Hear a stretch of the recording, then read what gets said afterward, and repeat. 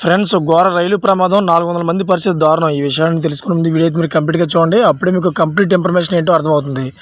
అదేవిధంగా చాలామంది వీడియో చూస్తున్నారు కానీ సబ్స్క్రైబ్ చేసుకోవడం మాత్రం మర్చిపోతున్నారు. దయచేసి సబ్స్క్రైబ్ చేసుకోండి. సబ్స్క్రైబ్ చేసుకోవడం వల్ల నేను చేసే ప్రతి ఒక్క అప్డేట్ మీరు ముందుగానే పొందగలుగుతారు. అదేవిధంగా చాలామంది లైక్ చేయడం మర్చిపోతున్నారు. దయచేసి లైక్ చేయండి. లైక్ చేయడం వల్ల ఈ ఇన్ఫర్మేషన్ అనేది మనం చాలామందికి రీచ్ చేసిన వాళ్ళు అవుతాం. ఇంక లేట్ చేయకుండా వీడియోకి వెళ్ళిపోతాం. ఫ్రెండ్స్, ఇది షాకింగ్ ఘటన. ఇంజిన్ లేకుండానే అర్బన్ ఎక్స్ప్రెస్ 3 కిలోమీటర్ల మేర ప్రయాణించింది. చివరకు రైల్వే కీమ్యాన్ అప్రమత్తతతో వందలాది మంది ప్రయాణికులు ప్రాణాలతో బయటపడ్డారు. ఈ ఘటన పంజాబ్లోని కన్నా ఏరియాలో ఆదివారం చోటు చేసుకుంది. అయితే పాట్నా జమ్మూ తావి అర్బన్ ఎక్స్ప్రెస్ ఆదివారం తావికి పాట్నా నుంచి బయలుదేరింది. పంజాబ్లోని కన్నా ఏరియాలో అనుకోకుండా బోగిల నుంచి ఇంజిన్ విడిపోయింది.